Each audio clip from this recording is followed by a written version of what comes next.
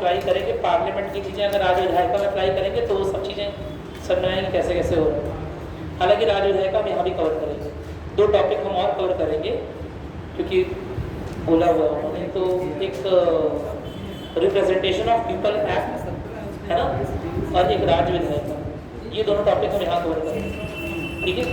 चलिए मेन बात है उसमें भी डेप्थ में उतरेंगे तो फिर समय लगेगा, 2-3 दिन समय उसमें चला जाएगा, ये फिर परेशानी वाली बात है।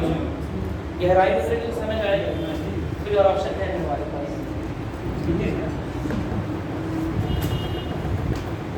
ठीक है, हम लोग बात कर रहे थे गैर संवैधानिक निकायों की, गैर संवैधानिक निकाय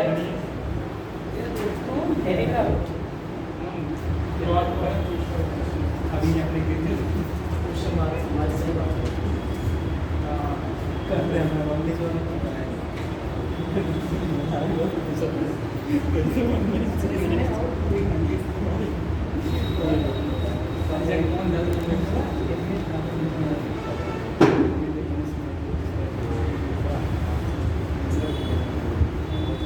क्या होता है, नाम से ही स्पष्ट है कि गैर संवैधानिक निकाय क्या होते हैं, इनका उल्लेख संविधान में नहीं दिया गया है, बहुत सिंपल सा।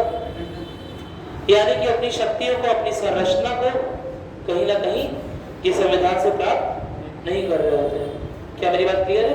इनके लिए कई बार विधायी शक्तियों का इस्तेमाल करके संसद द्वारा पारित कानून या कई बार कार्यकारी शक्तियों का इस्तेमाल करके कार्यपालिका इन सारे निकायों को बना सकते हैं। मेरी बात सुनाई? यानी कि देखा जाए तो 2 तरह के जो गैर संवैधानिक निकाय होते हैं वो कुल मिलाकर 2 तरह के होते हैं। मेरी बात समझ में आ रही? एक तो वो है जो कि कार्यकारी शक्तियों का इस्तेमाल करके बिना कोई विधि, बिना कोई कानून बनाए सीधे ही उतार दिए गए, और एक वो हो सकते हैं जिनके लिए कोई कानून बनाया गया है संसद द्वारा पारित। क्या मेरी बात क्लियर है? तो उसके आधार पर भी उसमें बंटवारा होता है, कैसे कैसे क्या होता है वो देखते हैं अभी। पहले नोट करिएगा, गैर संवैधानिक निकाय देखिएगा भारतीय संविधान में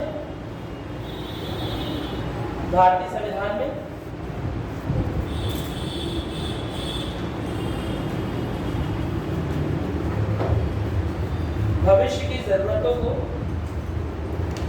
ध्यान में रखते हुए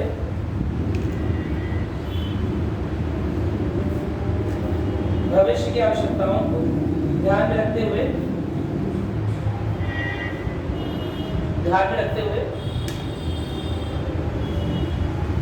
कुछ अतिरिक्त निकाय बनाने के लिए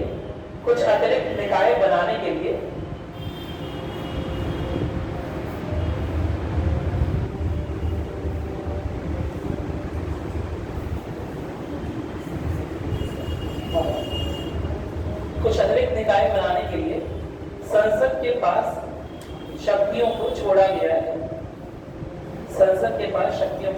है।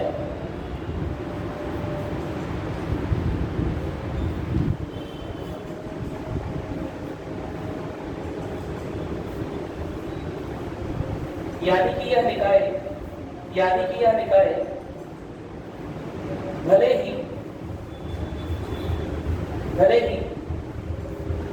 संविधान में स्पष्ट रूप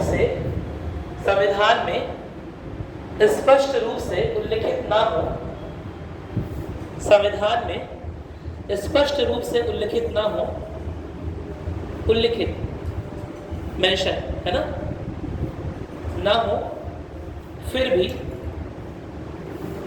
भी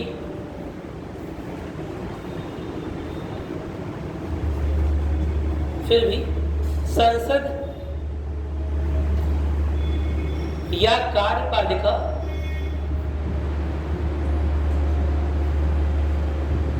की संवैधानिक शक्तियों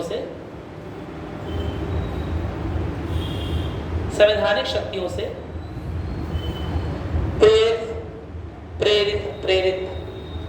प्रेरित होते हैं। ठीक है, तो क्या इसे असंवैधानिक कहना सही है? क्यों, क्या अंतर हो गया? संवैधानिक संविधान के एकदम खिलाफ। हाँ, संवैधानिक शक्तियों से प्रेरित यानी कि संविधान के मूलभूत ढांचे या संविधान के किसी भी बात का अवहेलना नहीं करते हैं। संविधान में जो भी चीजें लिखी हुई हैं उसका उल्लंघन नहीं करते हैं। अगर उल्लंघन करते तो हम उन्हें क्या बोल देते? असंवैधानिक बोलते, क्योंकि उल्लंघन नहीं कर रहे हैं इसीलिए गैर संवैधानिक है, असंवैधानिक नहीं है। क्या मेरी बात समझ में आ गई? इसमें कोई समस्या नहीं है ना? कोई दिक्कत है इसमें? ठीक है। बनाए क्यों गए हैं? जैसा लिखा हुआ है, क्या लिखा हुआ है? भविष्य की जरूरतों को पूरा करने के लिए। कोई जरूरी नहीं है हर एक चीज संविधान में लिखी जाए। ये तो कल बात हुई थी। अगर हर एक चीज संविधान में लिख दी जाएगी, ऐसा ऐसा इस अभ्युदय के बैच में इतने बच्चे रहेंगे, अब लेट सपोज उससे बच्चे आधा हो गए या कम हो गए, तो बार बार संविधान को चेंज नहीं करना पड़ेगा, बार बार उस नीति को चेंज करना पड़ेगा, उस बुक को चेंज करना पड़ेगा, इसमें यह कानून लिखा होगा। मेरी बात समझ नहीं? पर संविधान को बार बार चेंज करना आसान भी नहीं है। और क्या अगर आसान ही होता तो क्या संविधान की मर्यादा के विरुद्ध नहीं होता? क्या संविधान निर्माताओं की कोई हैसियत नहीं है आपकी नजरों में? है? मेरी बात बहुत है ना? तो संविधान निर्माताओं की ऑफ कोर्स अपना एक प्रेस्टीज है। उनकी कहीं बातों को आप बार बार बदले तो यह उनकी गरिमा को ठेस पहुंचाने के बराबर हो गया, और इसीलिए बार बार संविधान करना, चेंज करना सही भी नहीं है ना? जबकि इसमें सामाजिक जरूरतें बढ़ेंगी, सामाजिक जरूरतें बदलेंगी। एकदम स्पष्ट सी बात है। समाज एक जैसा, समाज, कल्चर और सिविलाइजेशन सुना है आपने? सभ्यता और संस्कृति क्या अंतर होता है बताओ? कर रहे हो यूपीएससी, सभ्यता संस्कृति में क्या अंतर होता है? सभ्यता के अंदर संस्कृति होती है, सभ्यता चेंज नहीं होती है, संस्कृति आती है। पक्का? सभ्यता सर, संस्कृति जो होती है वो सर जल्दी खत्म नहीं होती, बहुत दिन तक। क्या बोला इसने? सभ्यता आसानी से नहीं बदलती है, ठीक है? संस्कृति बदलाव, संस्कृति में बदलाव होता रहता है। संस्कृति यानी कि बहती हुई नदी, ऐसे समझ लो। संस्कृति यानी कि बहती हुई नदी। बहती हुई नदी में बहुत सारी चीजें, बहुत सारी स्ट्रीम्स जुड़ रही हैं, और कुछ चीजें अलग हो रही हैं, कुछ चीजें लगातार डिपॉजिट हो रही हैं, कहीं पर संकलित हो जा रही हैं किनारे पर, घाट पर। मेरी बात समझ? तो संस्कृति अपने में से जो जरूरत वाला सामान नहीं है वो निकालती रहती है, और जो अपनी जरूरत का सामान है वो लेकर चलती रहती है, वो संस्कृति है। क्या मेरी बात क्लियर है? अरे बोलो। आपने दो तरह के शब्दों को पढ़ा होगा एंशिएंट इंडिया में, हड़प्पा संस्कृति और सिंधु घाटी सभ्यता। क्या कहना उचित है? हड़प्पा संस्कृति और सिंधु घाटी सभ्यता, क्या कहना ज्यादा सही है? सभ्यता? पक्का? हाँ, सिंधु घाटी सभ्यता कहना ज्यादा सही है। शुरुआत में से हड़प्पा संस्कृति बोला गया, लेकिन आज के जो मॉडर्न हिस्टोरियंस हैं उसे सिंधु घाटी सभ्यता बोलना ज्यादा प्रेफर करते हैं, क्योंकि उसमें चीजें फिक्स थी, है ना? क्या मेरी बात क्लियर है? तो अब हम जिस संस्कृति का हिस्सा हैं, क्या उसमें बदलाव नहीं होगा? होगा, है ना? ऑफ कोर्स नए तरह के चैलेंज आएंगे, कुछ परेशानियां होंगी, कुछ नई आपदाएं आएंगी, कुछ नई विपदाएं आएंगी, है ना? और उसके अनुसार हमें चीजों को बदलना पड़ेगा लगातार। और क्योंकि उन चीजों को लगातार बदलना पड़ रहा है, इसलिए हो सकता है बार बार कुछ नए नियम, कानून, निकाय बनाने पड़े, कुछ नई विधि बनानी पड़े। और अगर बार बार हम संविधान में बदलाव करते रहेंगे तो यह संविधान के साथ छेड़छाड़ करना सही नहीं है। संविधान के साथ जितनी बार छेड़छाड़ करेंगे हम, उतनी बार आने वाली सरकारों की शक्तियां बुलंद होती जाएंगी कि वह कुछ निजी आकांक्षाओं, निजी कामनाओं को पूर्ति हेतु भी संविधान को उलट पुलट कर सकती है, चेंज कर सकती है, बदलाव कर सकती है संविधान। क्या मेरी बात क्लियर हुई? मेरी बात समझ में आ गई ना? तो इसलिए गैर संवैधानिक निकायों के लिए प्रॉपर रूम, प्रॉपर जगह छोड़ दी गई, है ना? कि संसदीय शक्तियों का इस्तेमाल करके या फिर कार्यकारी शक्तियों का इस्तेमाल करके क्या हो सकता है, कुछ अन्य निकायों, कुछ अतिरिक्त निकायों की स्थापना की जा सकती है। और उन अतिरिक्त निकायों को ही क्या बोलते हैं? गैर संवैधानिक निकाय या अतिरिक्त संवैधानिक निकाय। कहीं नोट कर लीजिए, गैर संवैधानिक निकाय या अतिरिक्त संवैधानिक निकाय या अतिरिक्त संवैधानिक निकाय।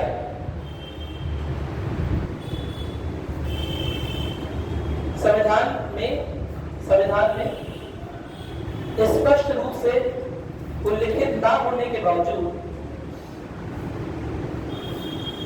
संविधान में स्पष्ट रूप से उल्लिखित ना होने के बावजूद, स्पष्ट रूप से उल्लिखित ना होने के बावजूद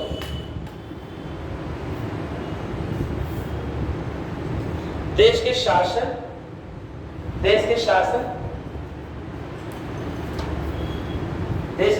और कामकाज में महत्वपूर्ण भूमिका निभाते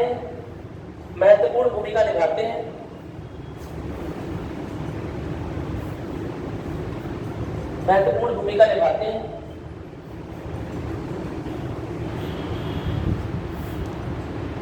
इन निकायों की, आगे लिखिएगा, इन निकायों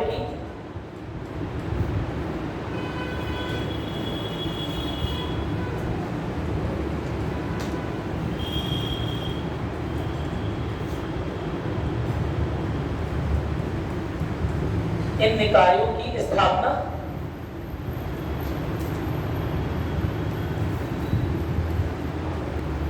दो तरीके से की जा सकती है।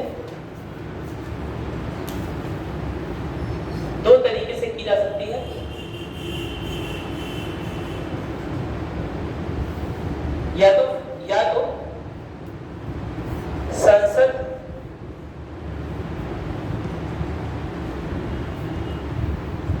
की विधायी शक्तियों के द्वारा,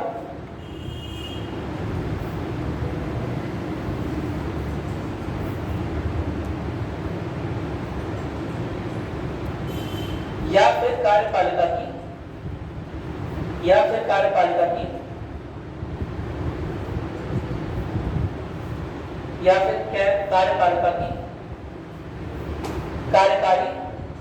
कार्यकारी शक्तियों द्वारा।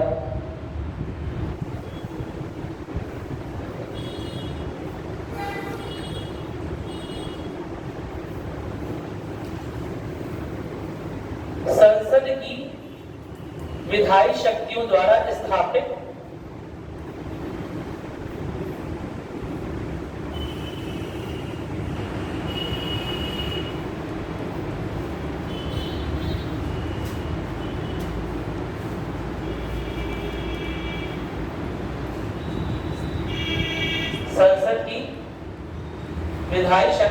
स्थापित निकाय को वैधानिक निकाय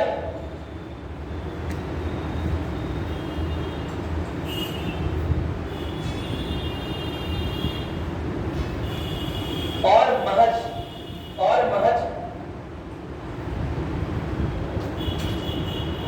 कार्यकारी आदेश के द्वारा स्थापित कार्यकारी आदेश के द्वारा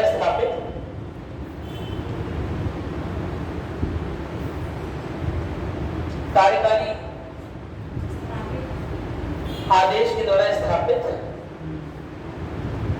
निकायों को गैर सांविधिक, संवैधानिक मत लिखिएगा इसमें, गैर सांविधिक निकाय कहते हैं।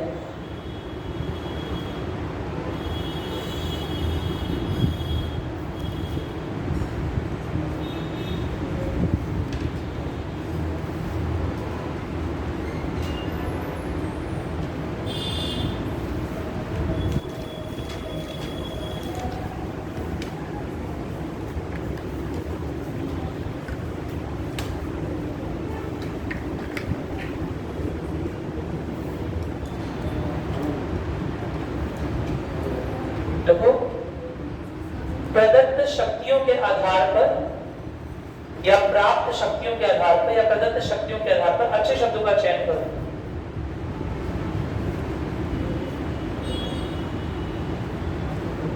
प्रदत्त शक्तियों, प्रदत्त लिख लेते हो, प्रदत्त शक्तियों के आधार पर वैधानिक निकायों को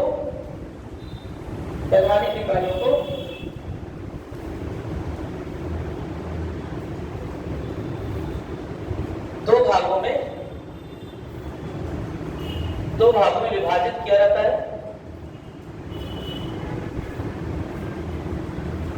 विनियामक निकाय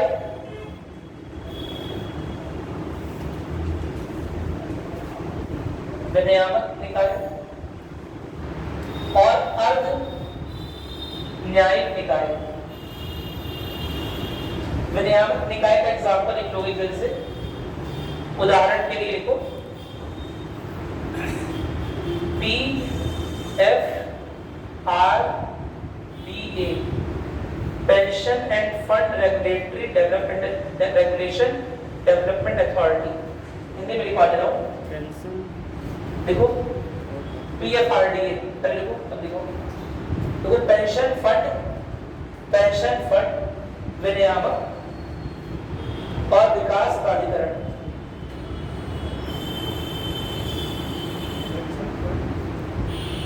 पेंशन फंड विनियामक और विकास प्राधिकरण।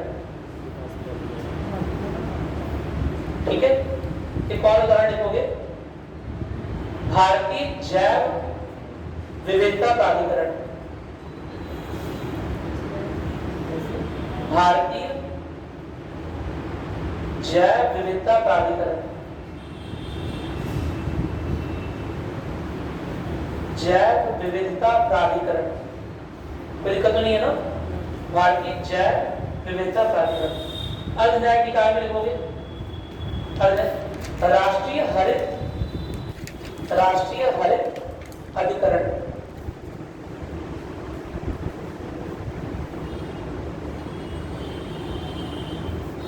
राष्ट्रीय हरित अधिकरण, राष्ट्रीय मानवाधिकार आयोग, राष्ट्रीय मानवाधिकार आयोग, केंद्रीय सूचना आयोग,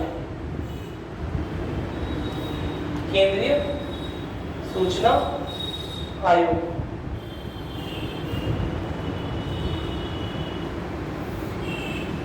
ठीक है, केंद्रीय सूचना आयोग, central information centre, national human right commission, इसके अलावा नेशनल ग्रीन ट्रिब्यूनल, राष्ट्रीय हरित प्राधिकरण या अधिकरण। गैर सांविधिक निकाय में क्या क्या आ जाएगा बताओ? बहुत फेमस, जिसे बनाने के लिए कोई भी कानून नहीं बनाया गया, नीति आयोग।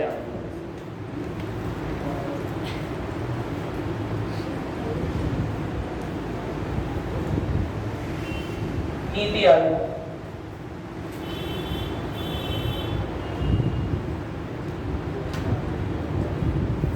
ठीक है, नीति आयोग। और नीति आयोग की हेल्प कौन करता है? जो पहले प्लानिंग कमीशन की हेल्प कर रहा था, हाँ, वित्त आयोग। अरे अरे अरे अरे गैर संवैधानिक, गैर सांविधिक, अभी वित्त आयोग का भी खत्म किया। कौन करता है नीति आयोग की हेल्प? योगी जी। योगी जी, मोदी जी नाम नहीं लिखे, किसका नाम लिखे? राष्ट्रीय विकास परिषद, नेशनल डेवलपमेंट काउंसिल, राष्ट्रीय विकास परिषद, जिसकी स्थापना 1952 में हुई थी। क्यों हुई थी? क्योंकि जब प्लानिंग कमीशन बनाया गया था तो प्लानिंग कमीशन यानी कि योजना आयोग सही से काम नहीं कर पा रहा था, तो उसकी हेल्प कर रहा था राष्ट्रीय विकास परिषद, जो कि प्लानिंग कमीशन के खत्म होने के बाद किसकी हेल्प कर रहा है? नीति आयोग की हेल्प कर रहा है। क्या मेरी बात क्लियर है? तो राष्ट्रीय विकास परिषद, ठीक है। ये सब क्या हो गए? गैर संवैधानिक निकाय हो गए। वैधानिक निकाय के एग्जाम्पल क्या हो गए?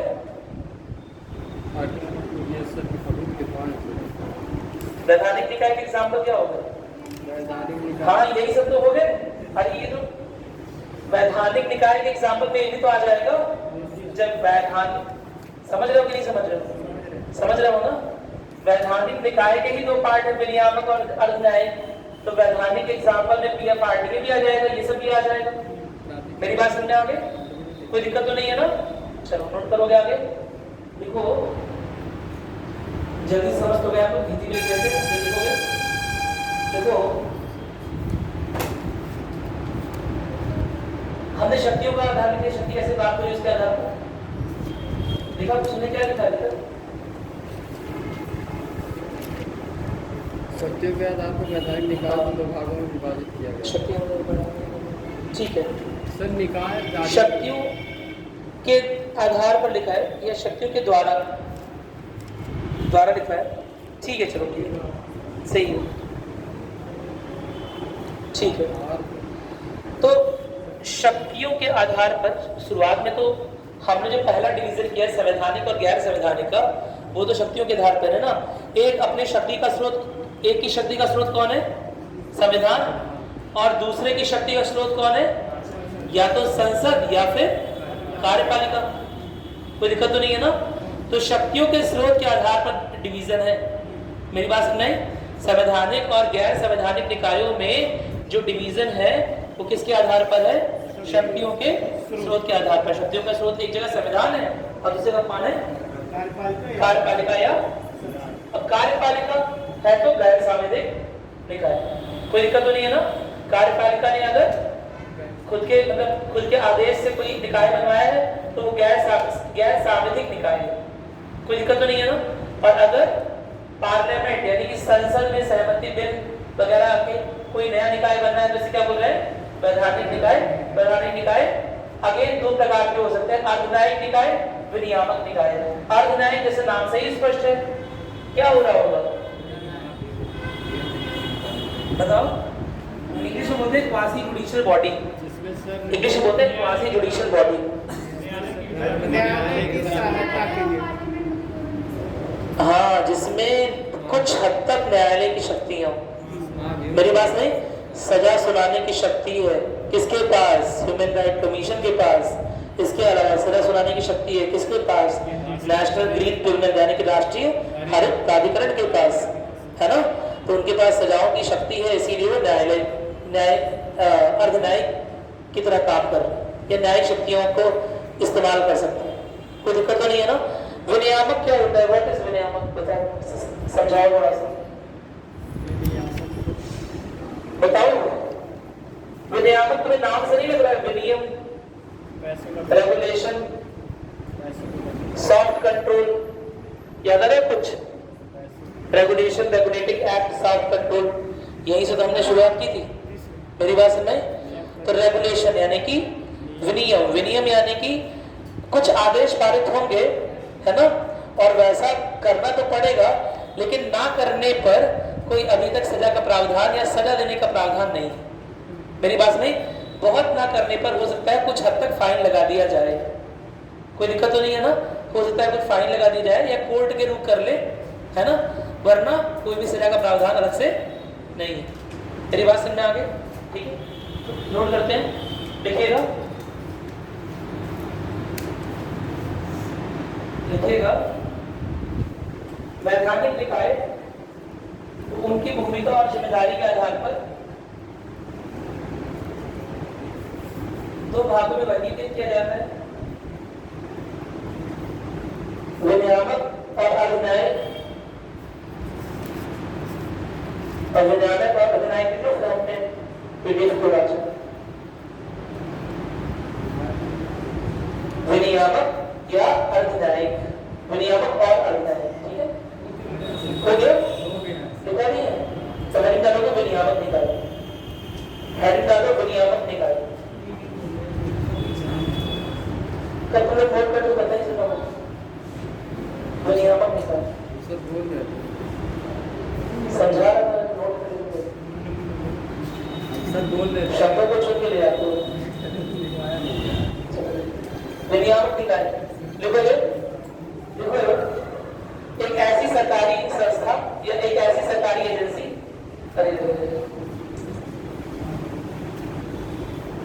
एक ऐसी सरकारी एजेंसी सरकार हो जाएगा। चलो अच्छा जाओ बीच वाले कैंसलिंग नोट से बना दियो ना, ये ऐड कर दीजिए, बना दियो, ये क्लियर है, बना दियो ना, आगे जा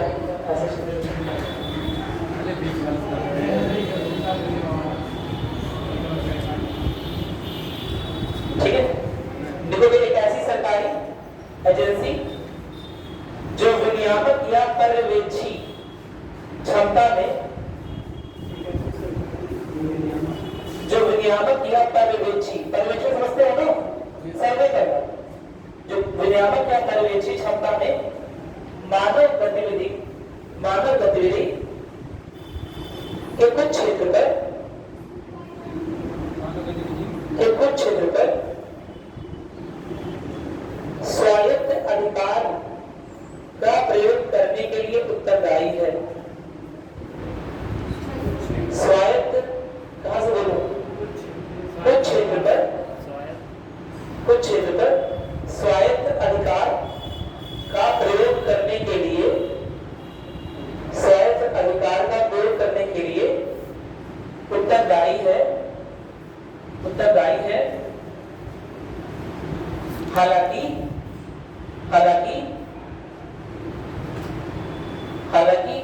ऐसा विनियामक हस्तक्षेप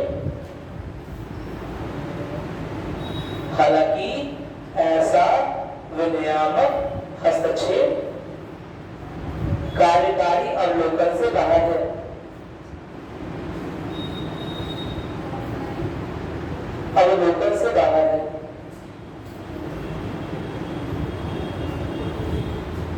फ्री हैंड दे दिया गया, रेगुलेशन बनाओ, रेगुलेशन बनाओ, उन्हें इंप्लीमेंट कर रहा हो, है ना? एग्जीक्यूटिव के पास अब जाने की जरूरत नहीं। मेरी बात सुन रहे? ठीक है, तो फ्री हैंड दे दिया गया इसमें विनियामक में। एग्जाम्पल में लिख चुके हो तुम लोग, पहले से एग्जाम्पल की जरूरत नहीं है ना? ठीक है, अगला लिखिएगा अर्ध न्यायिक निकाय। यह ऐसी सरकारी संस्था है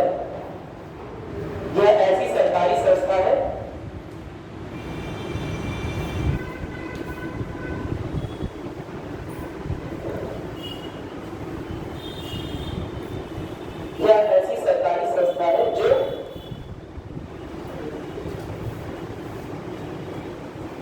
गैर न्यायिक होकर भी, गैर ऐसे लिखेगा, जो न्यायपालिका से अलग होकर भी,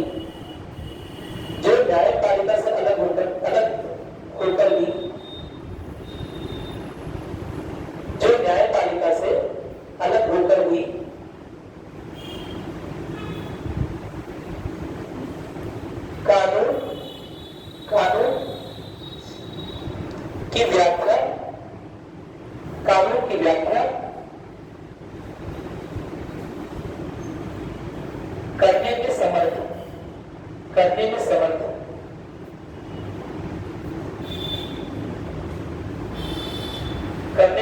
है। आगे लिखिएगा, हालांकि यह न्यायिक निकायों से इस मामले में भिन्न है, इस मायने में भिन्न है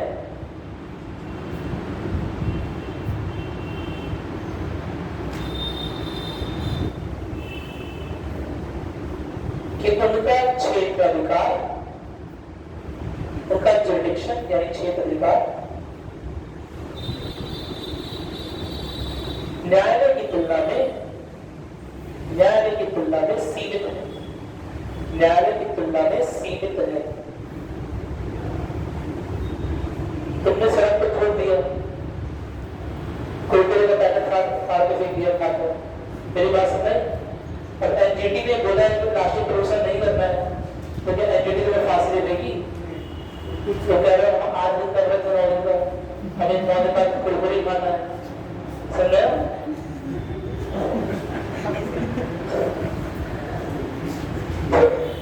तुमने 9 दिन का व्रत हो, तुम्हें कुरकुरे खाने का मन कर गया, ऐसा 12 बजे तक तुमने रात में वेट किया, है ना?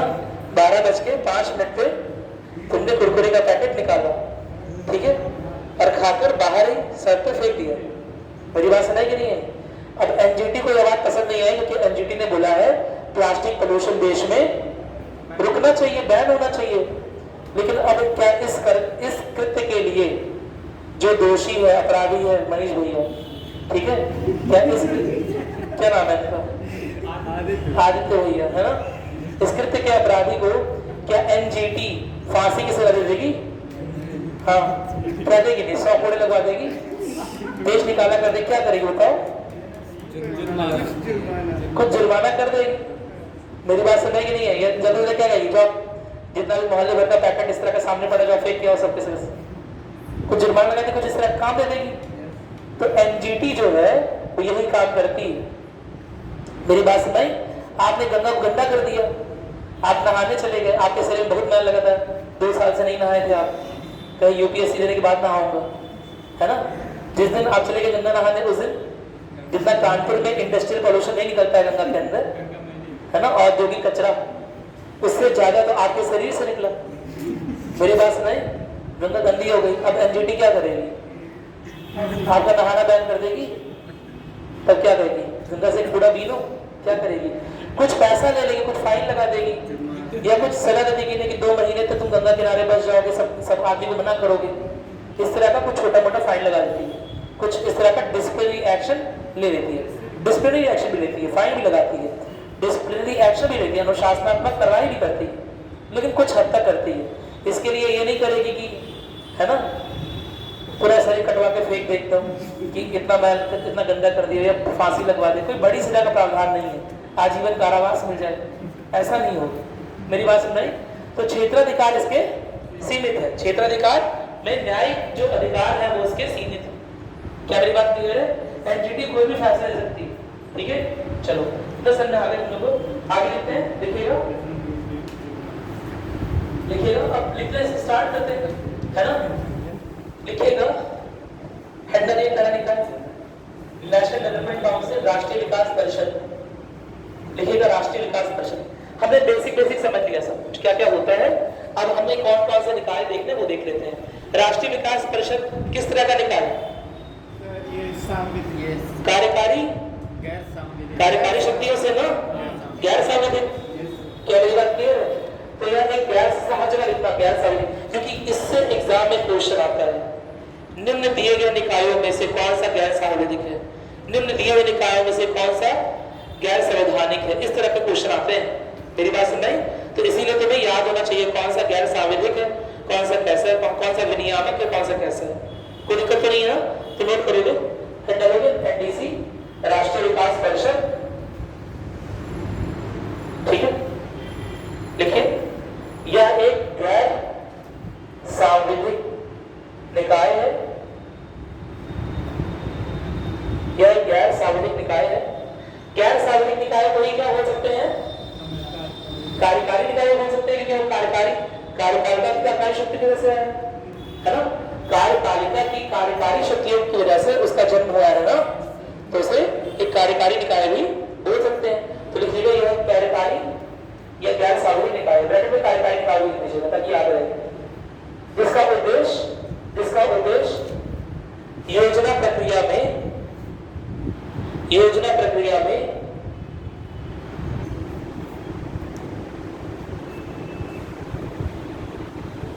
नीति निर्माण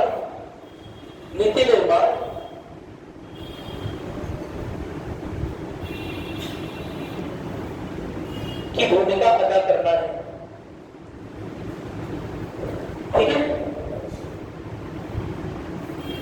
कौन होता है इस संरचना में? देख लो, प्रधानमंत्री, केंद्र और राज्य सरकार के प्रमुख और योजना आयोग पहले होगा, लेकिन अब योजना आयोग की जगह कौन हो गया है?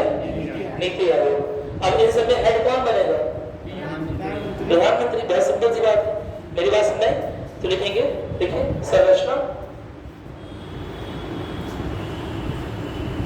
प्रधानमंत्री, केंद्र और राज्य सरकारों के प्रमुख,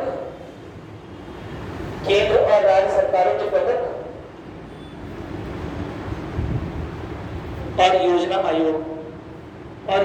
आयोग,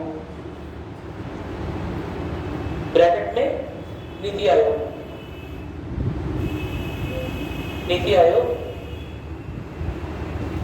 है ना, के सदस्य शामिल होते हैं। अध्यक्ष कौन होता है? प्रधानमंत्री। नोट कर लीजिएगा, अध्यक्ष प्रधानमंत्री। इंपॉर्टेंस क्या है इसकी, महत्व क्या है? क्या आपने पंचवर्षीय योजनाओं का नाम सुना है? कब से स्टार्ट हुआ था? 1950 से 1951 से 52, 52 से स्टार्ट हुआ था। योजना आयोग कब बना है? 1950 में, 51 में, योजना आयोग से याद नहीं है तुम लोगों को? कोई बात नहीं, योजना आयोग जा चुका है, कोई बात नहीं, एग्जाम में नहीं पूछेगा, नहीं याद तो कोई बात नहीं। लेकिन 1952 से स्टार्ट हुआ है पंचवर्षीय योजना, ठीक है। पंचवर्षीय योजना जब आप इकोनॉमिक्स पढ़ेंगे ना तो पढ़ेंगे 3 पंचवर्षीय योजना लगातार चली है, फिर 2 साल का गैप है, फिर 2 पंचवर्षीय योजना चली है, फिर 1 साल का गैप है, फिर 1 पंचवर्षीय चली है, फिर 2 पंचवर्षीय योजना चली है, फिर 2 साल का गैप है ना। तो इस तरह के गैप करके चलाई गई। मेरी बात सुन रहे हैं? लेकिन पंचवर्षीय योजना की सारी नीतियां, जैसे आपने पहली पंचवर्षीय योजना शायद थोड़ी सी पढ़ी होगी, कहीं तो कुछ तो किताब गलती से पलट गई होगी, है ना। लूसेंट ओसेंट जो भी होता है वो सब पढ़ा होगा। उसमें क्या लिखा हुआ? पहली पंचवर्षीय योजना क्या लिखा हुआ है? कौन से मॉडल? पीसी मान लो बस कि केएन राज,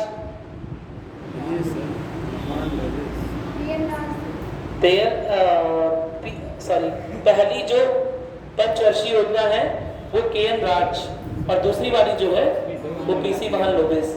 लेकिन वो सारी जितनी भी पंचवर्षीय योजना बनाई जा रही है, ये लोग तो लीड कर रहे हैं, लेकिन वो किसके अंतर्गत बनाई जा रही है?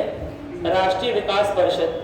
भाई किस राज्य को कितनी जरूरत है, किस राज्य को कितनी आवश्यकता है, कहां पर कितना धन जाना जरूरी है, कहां पर किस तरह से धन आवंटन जरूरी है, किस क्षेत्र के लिए धन आवंटन जरूरी है, कहां पर शिक्षा की जरूरत है, कहां पर स्वास्थ्य की जरूरत है, कहां पर इंफ्रास्ट्रक्चर चाहिए। मेरी बात सुने? तो कहां पर किस तरह का विकास चाहिए, वो सारी की सारी जो नीतिगत चीजें हैं वो काम किसका होता है? राष्ट्रीय विकास परिषद का। क्या मेरी बात क्लियर? नोट करिएगा, लिखिए। यह परिषद देश की पंचवर्षीय योजनाओं को मंजूरी देती है और विकास की दिशा में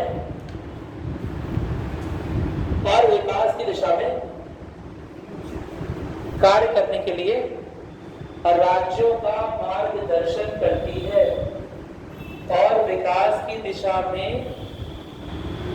कार्य करने के लिए राज्यों का मार्गदर्शन करती है।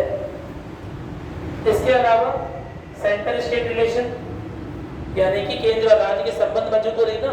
भाई राज्य डिमांड कर रहा होगा हमें पैसा दो, हमारे यहाँ काल हो गया है, हमें पैसा दो, हमारे यहाँ बाढ़ आ गई है, हमें पैसा दो, हमारे लिटरेसी बहुत कम हो गई है, हमें पैसा दो, हमें बेरोजगारी से निपटना है ना।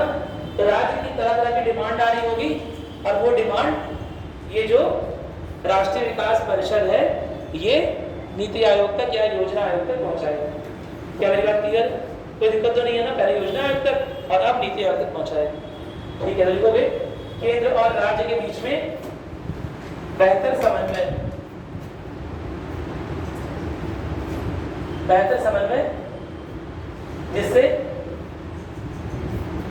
जिससे आर्थिक और सामाजिक विकास की योजनाओं को या जिससे आर्थिक और सामाजिक विकास को सुनिश्चित किया जा सके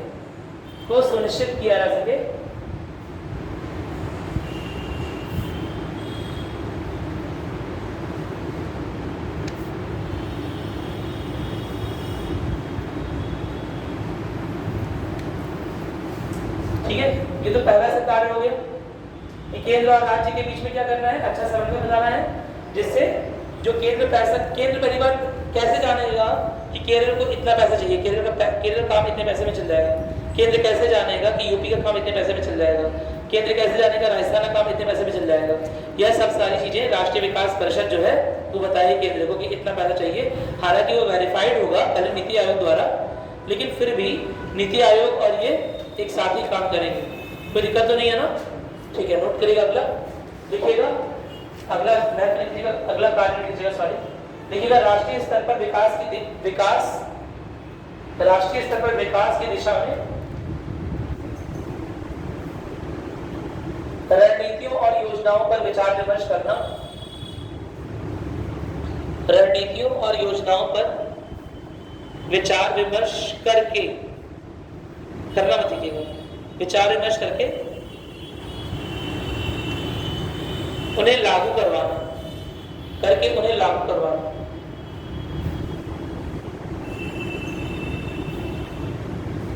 ठीक है,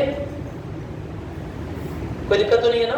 महत्व क्या हो गया कि भाई केंद्र और राज्य के संबंध सुधरेंगे, बेहतर समन्वय के साथ काम करेंगे। आखिर है क्या, आखिर देश है क्या, आखिर राज्यों का ही तो संघ है। तो अगर राज्य संतुष्ट नहीं रहेंगे, अगर राज्य विकसित नहीं, क्या देश विकास कर लेगा, राज्य पीछे रह जाएंगे? ऐसा हो सकता है कि राज्यों का विकास नहीं होने तो देश का विकास हो जाएगा? नहीं, ऐसा तो होगा नहीं भाई। राज्यों के विकास में ही देश का विकास छुपा हुआ है ना। तो इसीलिए कहीं ना कहीं राज्यों के संदर्भ से जो बातें हैं वो केंद्र तक पहुंचाने का कार्य कर रहा होता है राष्ट्रीय। चलो नोट करोगे। देखो भारत की समग्र समझते हो ना, इंटीग्रेटेड, पूरा मिली जुली, ठीक है। भारत की समग्र विकास नीति, भारत की समग्र विकास नीति को मार्गदर्शित करने के लिए एक बेहद महत्वपूर्ण मंच के लिए, एक बेहद महत्वपूर्ण मंच,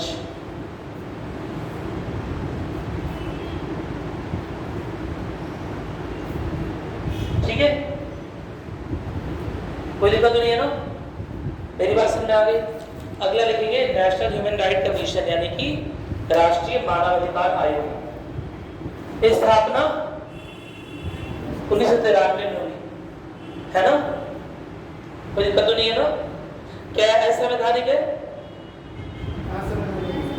गैर संवैधानिक। असंवैधानिक नहीं, क्या है? गैर संवैधानिक। लिखिएगा मानवाधिकार संरक्षण अधिनियम,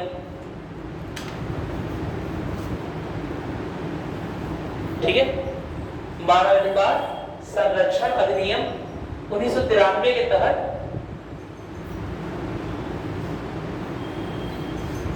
1993 के तहत इस गैर संवैधानिक निकाय की स्थापना की गई।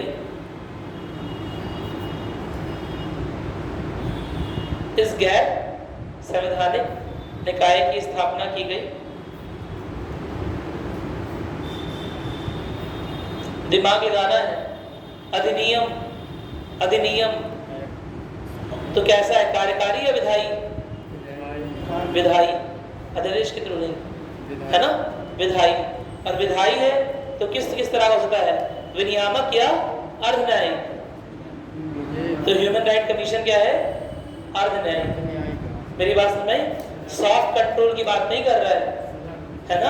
आप ह्यूमन राइट वायलेशन कर रहे हो, आपने अपनी कंपनी खोल दी, है ना, सबको एम्प्लॉयर रख दिया, कहे कि 2 साल बाद एक साथ सभी को 2-2 करोड़ रुपए दूंगा, और साल के खत्म होने के पहले, 2 साल के खत्म होने पहले अपना बुरी बिस्तर बेच के भाग गए। मेरी बात समझ कि नहीं है? तो ह्यूमन राइट वायलेशन हो गया एक तरह से। क्या मेरी बात क्लियर है? इसके खिलाफ लोग कहाँ जाएंगे? इसके खिलाफ लोग कोर्ट में जा सकते हैं, ठीक है। पहली बात इसमें जाएंगे और इसके बाद कोर्ट में। अगर यहाँ संतुष्टि नहीं होती तो कोर्ट में भी जा सकते हैं, ठीक है। लिखिएगा संरचना में, लिखिएगा संरचना में, लिखिएगा इसके अध्यक्ष सर्वोच्च न्यायालय के सेवानिवृत्त, इसके अध्यक्ष सर्वोच्च न्यायालय के सेवानिवृत्त मुख्य न्यायाधीश होते हैं।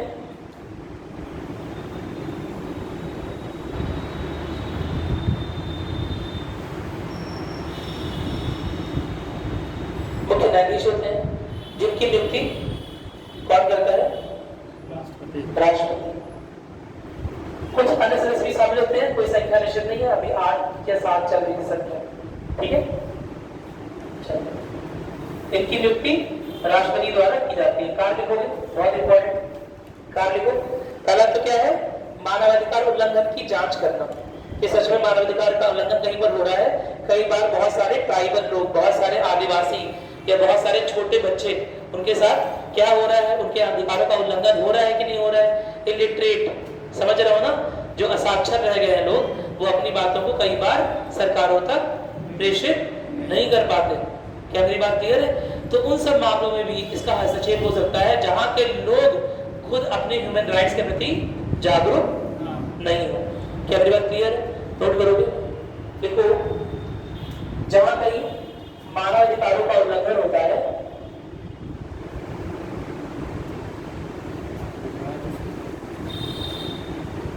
तो याचिका के बगैर भी याचिका के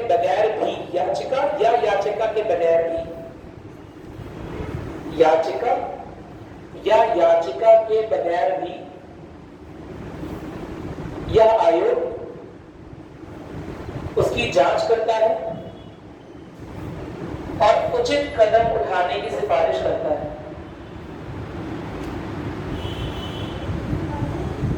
उचित कदम उठाने की सिफारिश करता है।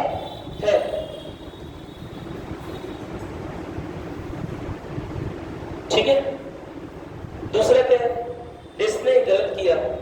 जिसने गलत किया, दूसरे के राइट्स वायलेट किए, मानवाधिकारों का उल्लंघन किया, दूसरे को प्रताड़ित किया, तो ऐसे में सेंस ऑफ जस्टिस यानी कि न्याय का जो न्याय की अवधारणा है उसे महत्व देने के लिए या उसे जिंदा रखने के लिए क्या कर सकता है? दोषियों पर कार्रवाई भी कर सकता है।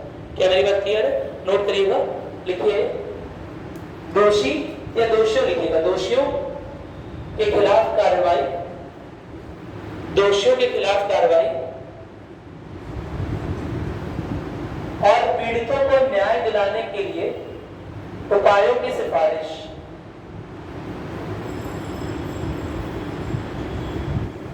और पीड़ितों को न्याय दिलाने के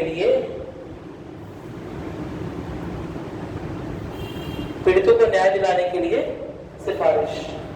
कोई दिक्कत तो नहीं है ना? अगला नोट करेगा तीसरा कार्य और करेगा मानवाधिकार के बारे में लोगों को जागरूक करेगा। जहां पर असाक्षर लोग हैं या लोग नहीं जानते अपने अधिकारों के बारे में, वहां जाएगा, वहां बताएगा आपके ये भी अधिकार है, आपके ये भी अधिकार है। उन्हें उनके डेमोक्रेटिक राइट्स, उन्हें उनके लोकतांत्रिक अधिकारों को, उनके मानवाधिकारों को वहां पर चर्चा करेगा। कोई दिक्कत तो नहीं है ना? नोट करिएगा। देखिए, समाज में मानवाधिकारों के प्रति जागरूकता,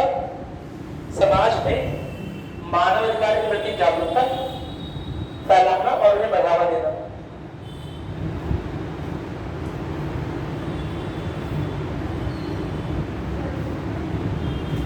ठीक है, कोई दिक्कत तो नहीं है ना? महत्व क्या हो गया कि पहला तो ये देखना है कि भाई मानवाधिकारों का हनन ना हो। किसी भी रूप में कोई भी अधिकारी हो, कोई भी एजेंसी हो, कोई भी व्यक्ति हो, उसके भी मानवाधिकारों के समझ आ रहा है? कोई भी व्यक्ति हो, उसके मानवाधिकारों के हनन ना हो, चाहे किसी के द्वारा किया जा रहा हो, चाहे वो अधिकारी हो, कोई एजेंसी हो या कोई अन्य व्यक्ति हो, किसी के भी मानवाधिकारों का हनन ना हो। पहली बात।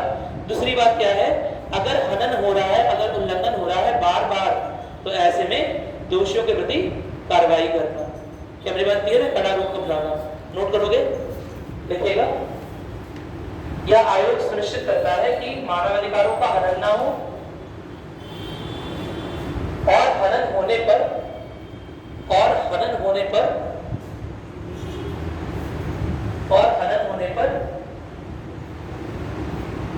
दोषियों पर उचित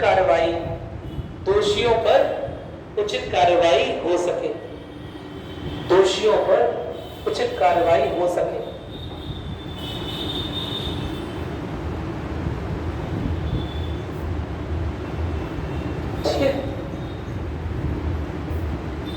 अगली हेड डालिएगा, केंद्रीय सतर्कता आयोग, सेंट्रल विजिलेंस कमीशन। बहुत जरूरी है।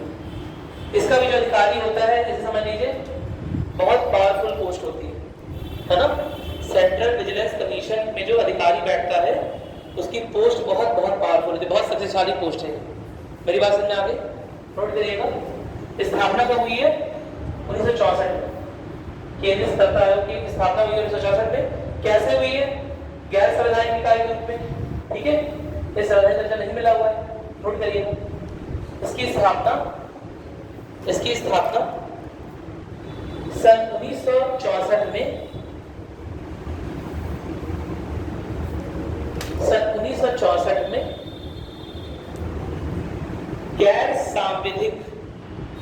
गैर संवैधानिक तो है ही, और भी क्या है? गैर संवैधानिक निकाय के रूप में की गई। ठीक है।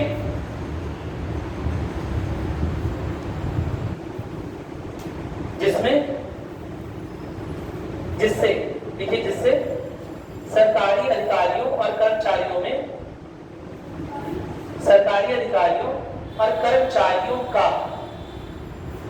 कर्मचारियों का भ्रष्टाचार रोका जा सके। ठीक है, भ्रष्टाचार रोका जा सके। संरचना नोट करिएगा। एक अध्यक्ष है ना, इसे क्या बोल रहे हैं? मुख्य सतर्कता आयुक्त। मुख्य सतर्कता आयुक्त, चीफ विजिलेंस कमिश्नर। ठीक है, चीफ विजिलेंस कमिश्नर या मुख्य सतर्कता आयुक्त नोट करिएगा। और अधिकतम कितने और आयुक्त हो सकते हैं? 2। लिखिएगा, संरचना में लिख रहे हैं।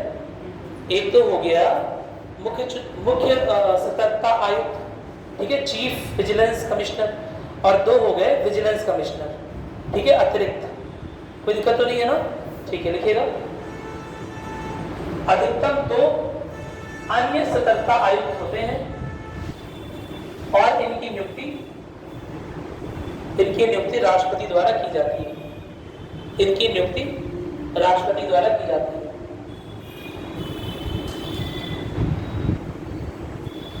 इनकी नियुक्ति राष्ट्रपति द्वारा की जाती है।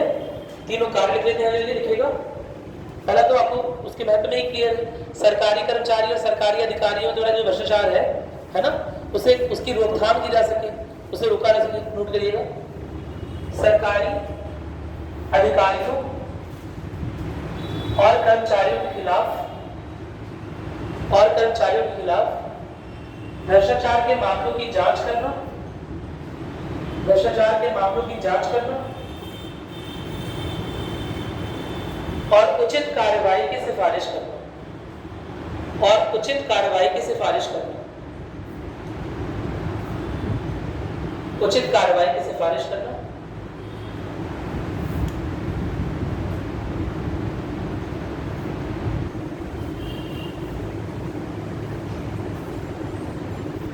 कार्रवाई की सिफारिश करना।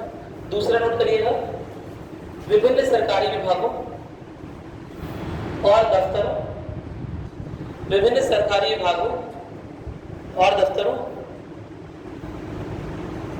ठीक है, में सतर्कता प्रणाली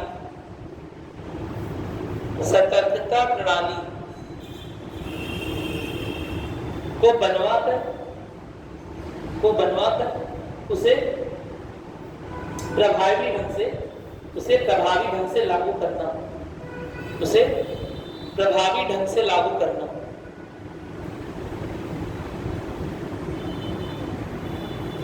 तीसरा नोट करेगा, सरकार को भ्रष्टाचार निरोधी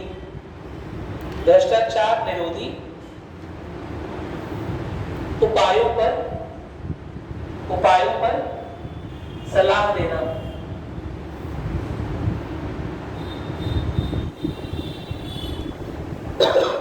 लिखिए, महत्व लिखिएगा, महत्व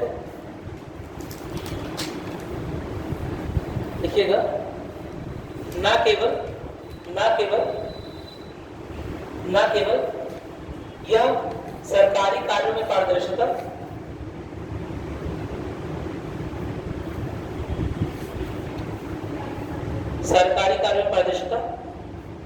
ना केवल यह सरकारी कार्यों में पारदर्शिता, बल्कि यह साथ ही साथ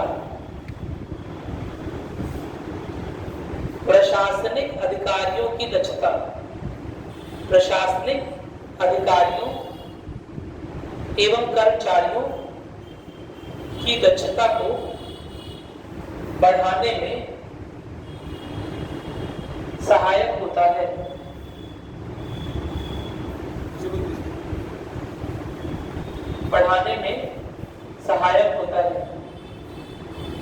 ठीक है,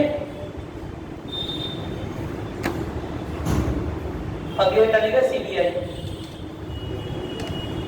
सीबीआई केंद्रीय जांच bureau, CBI central bureau of investigation, केंद्रीय जांच ब्यूरो। स्थापना में लिखेगा 1941 में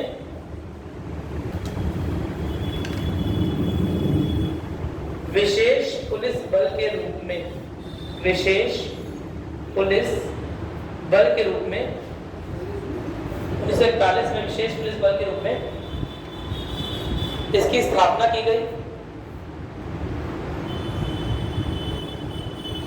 और 1963 में 1963 में 1963 में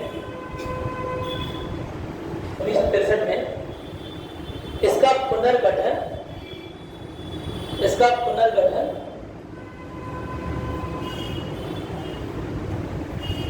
केंद्रीय स्तर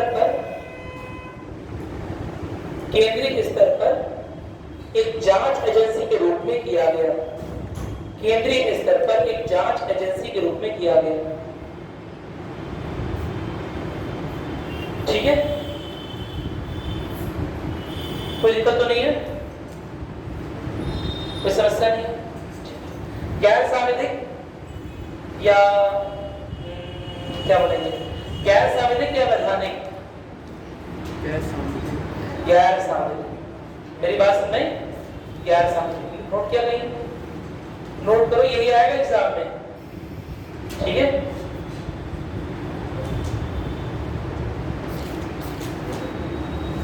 संरचना लिखोगे इनसे। इसका एक निदेशक होता है जिसे केंद्र सरकार द्वारा नियुक्त किया जाता है,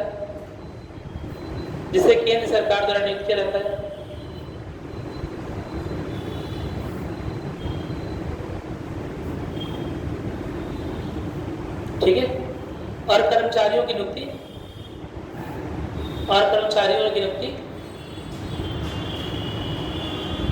कर्मचारियों की जगह अधिकारियों भी लिखना है। अधिकारियों एवं कर्मचारियों की नियुक्ति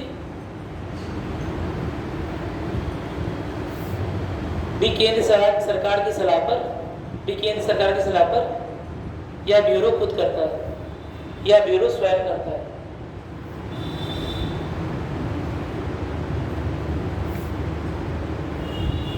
कार्य क्या है सीबीआई का?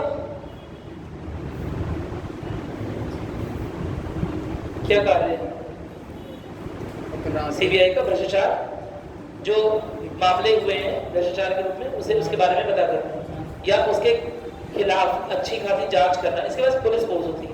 मेरी बात सुन, तो यह जांच प्रणाली को अच्छे से कर सकता है। जांच व्यवस्था इसे कंट्रोल में होती है कुछ हद तक, नोट करोगे।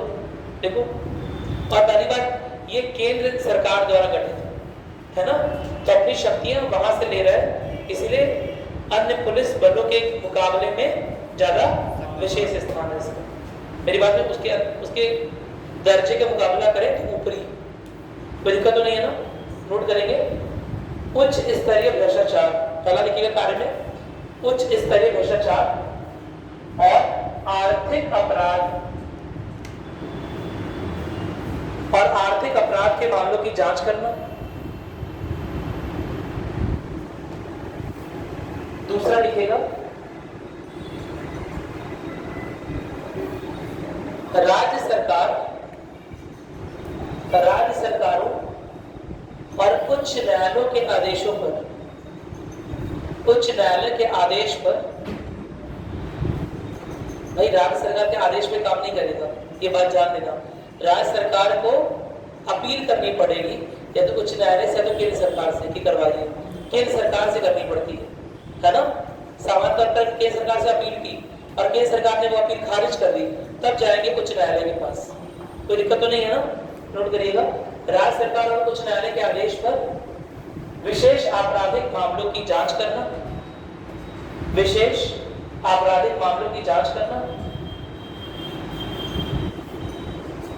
तीसरा नोट करिएगा, अंतरराष्ट्रीय मामलों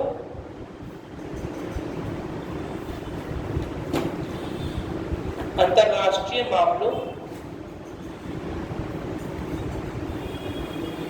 और अंतरराज्यीय अपराधों की भी जांच करना।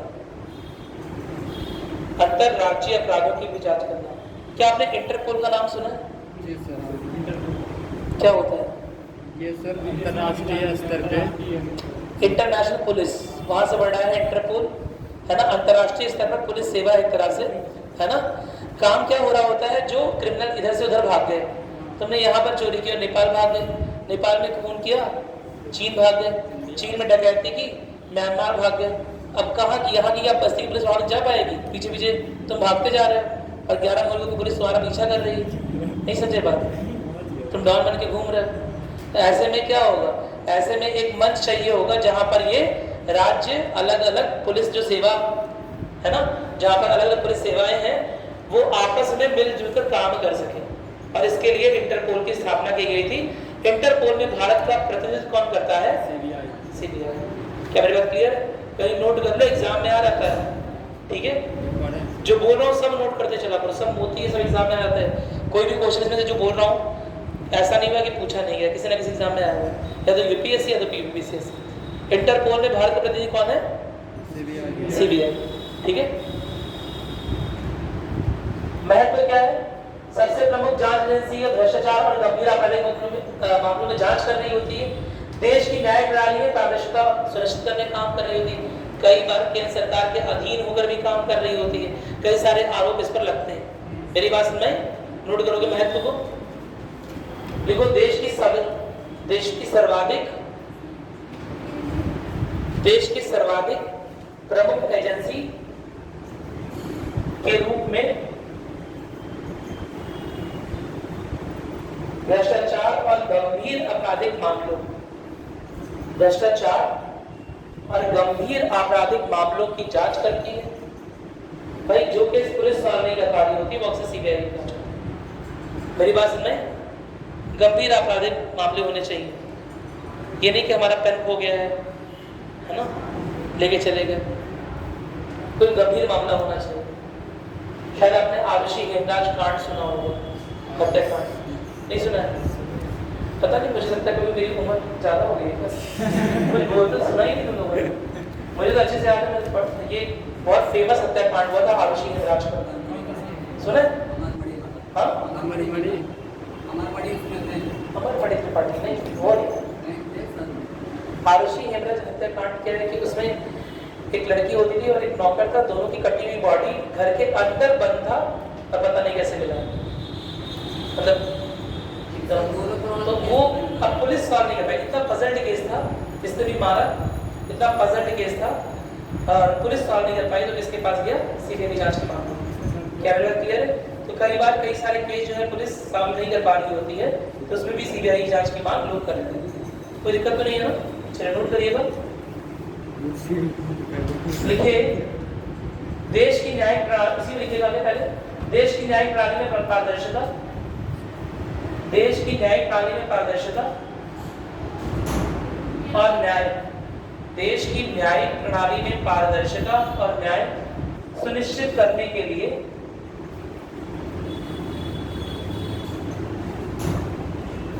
इसे या सुनिश्चित करने के लिए इसे एक महत्वपूर्ण अंग समझा जाता है। करने का लिख लीजिएगा, करने का, इसे एक महत्वपूर्ण अंग समझ आ गया? क्या बोलने की कोशिश करो? ठीक, चलो आगे देखते हैं। अब बात करेंगे बहुत इंपॉर्टेंट, केंद्रीय सूचना आयोग। लिखिएगा केंद्रीय सूचना आयोग, चीफ इंफॉर्मेशन कमिश्नर। यही है सब, फैक्ट है। क्या करो, पढ़ना पड़ेगा, क्या कर सकते हैं इसमें? क्या समझाना, इसमें कुछ समझाने वाला है ही नहीं। कुछ होता है डेप्थ में कि हाँ ये हो गया, अब इसमें कुछ समझाने वाला है नहीं कि सर सीबीआई का आदमी अगर नेशनल ह्यूमन राइट वाले आदमी को गोली मार दे तो क्या होगा, ये सब होता नहीं। ठीक है, चलो देखोगे केंद्रीय सूचना आयोग, सेंट्रल इंफॉर्मेशन कमीशन। बताओ, सूचना का अधिकार अधिनियम कैसी बॉडी? ये सर गैर सांविधिक या वैधानिक? आरटीआई एक्ट गैर सांविधिक। गैर सांविधिक हाँ सर, गैर सांविधिक RTI एक्ट एक्ट अधिनियम ये मतलब सर विधायी वैधानिक कि गैर सांविधिक? वैधानिक। नोट करिएगा, देखिएगा सूचना का अधिकार अधिनियम 2005 के तहत सूचना का अधिकार अधिनियम 2005 के तहत एक स्वतंत्र निकाय के रूप में 2005 के तहत एक स्वतंत्र निकाय के रूप में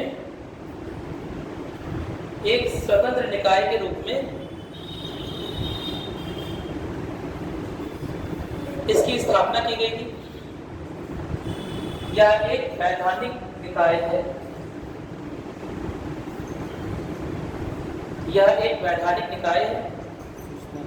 नियुक्ति के विषय में लिखिएगा मुख्य सूचना आयुक्त, चीफ इंफॉर्मेशन कमिश्नर, मुख्य सूचना आयुक्त।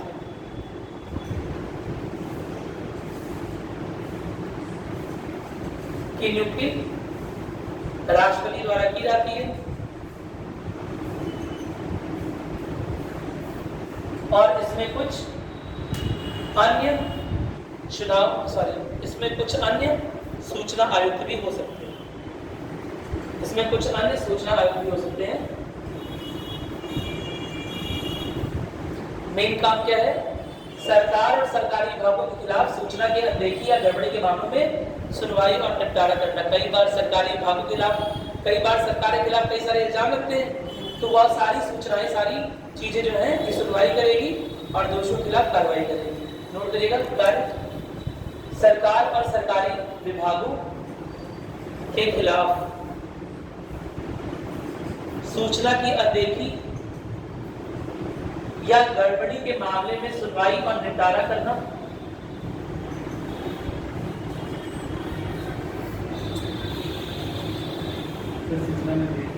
क्या लिखा? सूचना में अनदेखी या गड़बड़ी, सूचना में अनदेखी या गड़बड़ी के मामले में क्या करना? मामले में सुनवाई और निपटारा करना। दूसरा नोट करिएगा, जिसे सूचना के अधिकार के तहत नागरिकों को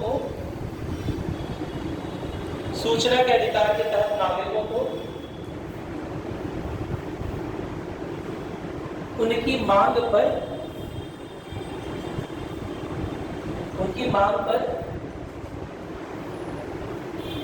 सरकारी सूचनाएं उपलब्ध कराना। तीसरा नोट करिएगा,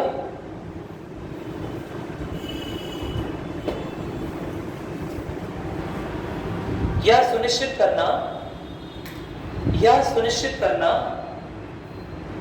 कि सरकारी विभाग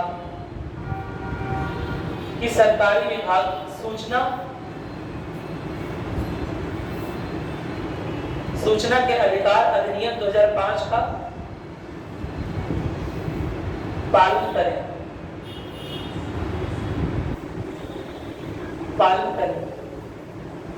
महत्व नोट करिएगा, जिसे महत्व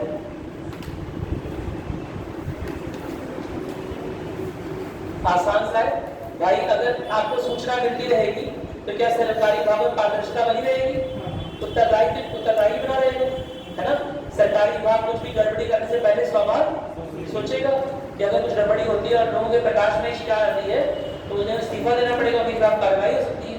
तो इसीलिए पारदर्शिता और उत्तरदायित्व को बढ़ाने में महत्वपूर्ण भूमिका निभाता है। क्या मेरी बात समझ में आ गई?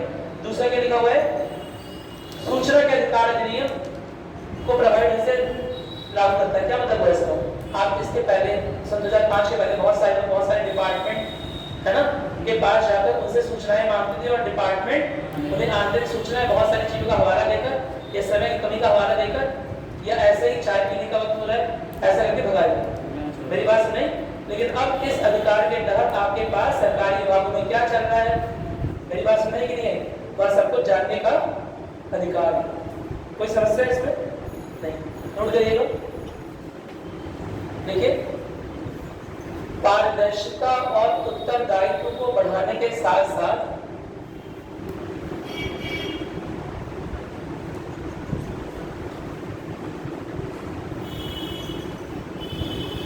पारदर्शिता और उत्तरदायित्व को बढ़ाने के साथ साथ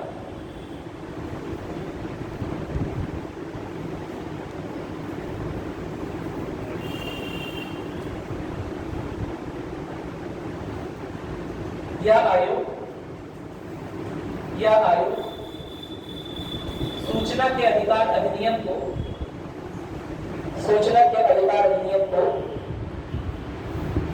प्रभावी ढंग से लागू करवाता है।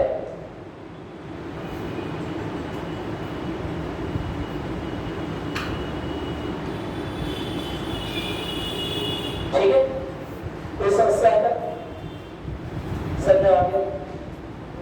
बहुत सारे निकाय हैं, राष्ट्रीय महिला आयोग, ठीक है, जन जागरण कार्यक्रम, राष्ट्रीय अल्पसंख्यक आयोग,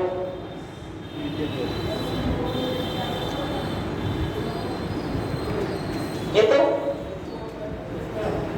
संवैधानिक है ना, संवैधानिक किसी नाम है। चलो कोई बात नहीं, हमें तो संवैधानिक पढ़ना है, तो पढ़ चुके हैं सर, पढ़ चुके हैं सर, यूपीएससी वगैरह पढ़ चुके हैं लोग। अब 50 क्वेश्चन है यूपीएससी के प्रीवियस, कर लीजिएगा। ठीक है, बताइए पहला क्वेश्चन यूपीएससी 10 था।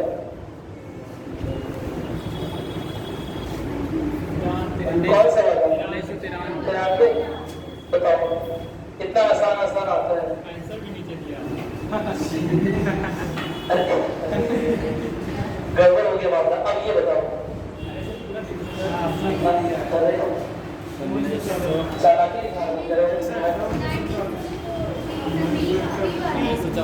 कौन सा वाला? बी वाला, यूपीएससी 2017। समझ आ गया? कुछ और नहीं आना, बस जो लिखवा दिया हूँ उसके बाहर कुछ नहीं करे। इसका भी बी होगा। मेरी बात ये लोगों ने पूरा लिया है, करे कौन सा वाला? बी वाला, यूपीएससी 2018। समझ आ गया?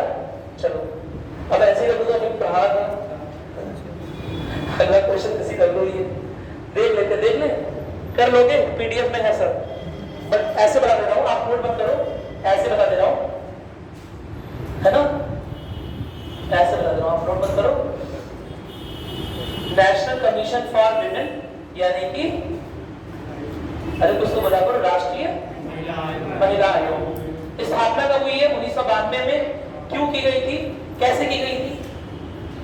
राष्ट्रीय महिला आयोग अधिनियम कैसा? वैधानिक, कोई दिक्कत तो नहीं है ना?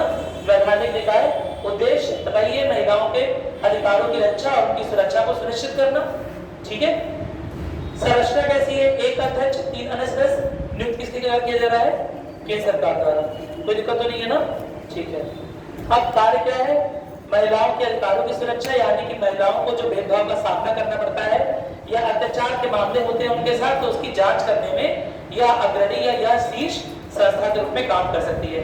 न्यायालय तो अपनी जगह काम करता ही है, लेकिन लेट अस सपोज न्यायालय तक गुहार जा रही है और न्यायालय वो सब सुन नहीं रहा है, तो उसमें भी ये हेल्प कर सकती है। कभी कभी न्यायालय को बोल भी सकती है कि आप इस याचिका को सुनिए। क्या मेरी बात क्लियर है? दूसरा क्या लिखा है? महिलाओं के कल्याण के लिए सरकार को सुझाव देना, महिलाओं की सुरक्षा और उनके अधिकारों के संवर्धन के लिए सरकार को नीति संबंधी सिफारिश देना। कोई दिक्कत तो नहीं है ना? ठीक है। इसके अलावा जन जागरण कार्यक्रम क्या है?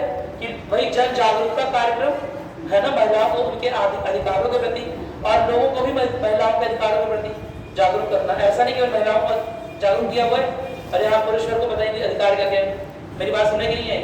तो महिलाओं और पुरुषों को, दोनों को महिलाओं के अधिकारों के प्रति जागरूक करना कि भैया उनके पास भी अधिकार है। महत्व क्या है? महिलाओं की सुरक्षा और अधिकारों की रक्षा में महत्वपूर्ण भूमिका निभा रहा है, क्योंकि अत्याचारों के खिलाफ आवाज उठा रहा है। साथ ही साथ यदि कोई सोशल इंस्टीट्यूशन, कोई सामाजिक गतिविधि, कोई सामाजिक परंपरा ऐसी चली आ रही है जिसकी वजह से बहुव्यापक रूप से या बहुल रूप से देखा जाए तो महिलाओं के साथ क्या हो रहा है? पक्षपात हो रहा है, भेदभाव हो रहा है, तो उन सबके खिलाफ आवाज उठाने का कार्य किसका है?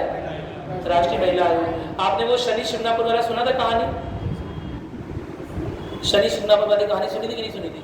अरे महिलाओं को जाना अलाउड नहीं था ना, सिंहनारी या शबरीमाला, वहां पर भी उसमें भी था और शबरीमाला में भी था।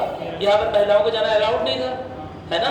तो यह एक तरह से महिलाओं के खिलाफ पक्षपात है, भेदभाव है। तो इसके खिलाफ कौन आवाज उठाएगा? हाँ, राष्ट्रीय महिला अधिकार आयोग। कोई दिक्कत तो नहीं है ना? मेरी बात सुन नहीं? आपने ट्रिपल तलाक का नाम सुना होगा, उसमें महिलाओं के साथ बहुत ज्यादा क्रूरता हो रही थी, अतिरेकता हो रही थी। तो ऐसे में उस सबके खिलाफ आवाज कौन उठाएगा? राष्ट्रीय महिला आयोग। कोई दिक्कत तो नहीं है ना? अरे बोलो, एकदम समझ में आ गया? चलो ठीक है, कर लेना इसे, खत्म हो रहा है ये सब चीज। अब मेरा एक टॉपिक और बाकी है, the presentation of people or fact of